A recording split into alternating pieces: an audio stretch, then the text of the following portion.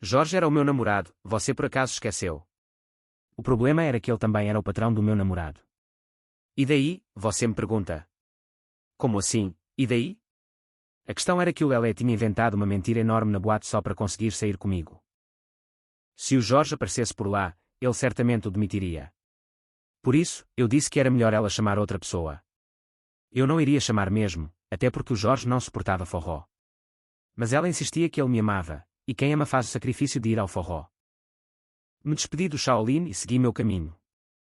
Decidimos aproveitar que estávamos perto do telefone, mas o aviso foi claro, era preciso cuidado, pois a bolsa estava muito exposta. De repente, o desespero tomou conta. Fátima me chamou, e eu mal conseguia falar.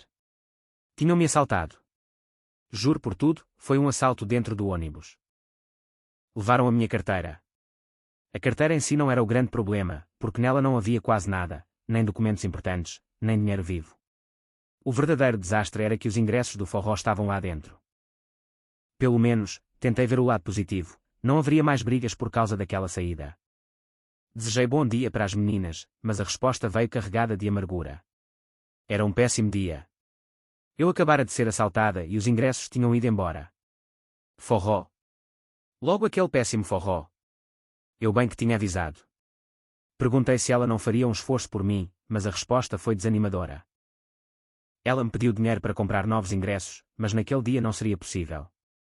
Eu já tinha marcado um jantar com a Bia. Ela pareceu surpresa, então decidi que iria ao bate-coxa com a Fátima. Com licença, mas você nunca foi ao forró. O Armani nunca permitiu que eu fosse sozinha. Eu confiava nela, o problema real era a Bia, que estava contando com aquele jantar. Eu e a Bia mal estávamos nos falando, e era exatamente por isso que o jantar fora marcado, para acabar com as picuinhas. Mas eu sabia que a paz só viria quando a Márcia fosse embora. Ela queria pedir desculpas, mas talvez não fosse a hora certa. Fui questionado porque não avisei antes, mas ela também não tinha dito nada sobre o forró.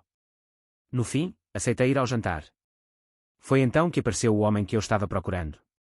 Ele perguntou se eu agora estava caçando pretendentes, mas eu só queria uma assinatura. Havia uma palhaçada em curso.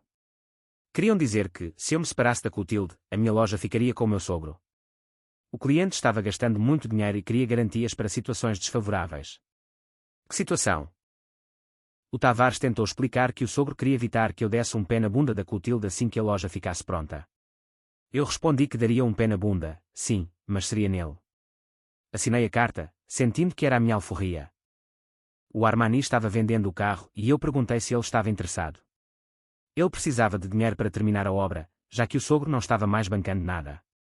A cabeça dura dele resolveu jogar tudo para o alto. Então, não havia mais Clotilde, nem o pai dela, nem aquele rato. Infelizmente, ele disse que também não havia mais a Fátima. Eu protestei, dizendo que estava bem ali, mas ele mencionou o Noleu. O Noleu era como um filho.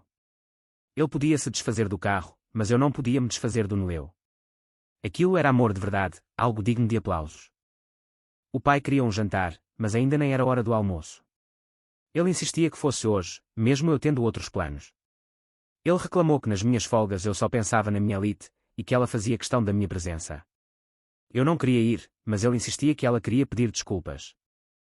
Seria por algo específico ou pelo conjunto da obra? Ele pediu para eu fazer aquilo por ele. Enquanto isso, em outro canto, a confusão continuava. Alguém exigia que a cortina fosse fechada para não ser visto de cueca na loja. Ele esperava a costureira com o uniforme. Na verdade, era apenas um avental para vender cachorros quentes na carrocinha do Moleca, os piores de Copacabana. O avental tinha encolhido, ou talvez a barriga dele tivesse crescido. Era uma questão de perspectiva ou, mais provavelmente, de gula. Ele estava engordando de tanto comer salsicha no trabalho, apesar de se dizer profissional e ser cardíaco. O Chalita estava elegante, vestido de forma fashion para levar almoço para a Lucilena. Mas Jarandir já tinha-se metido onde não devia. Eu tentei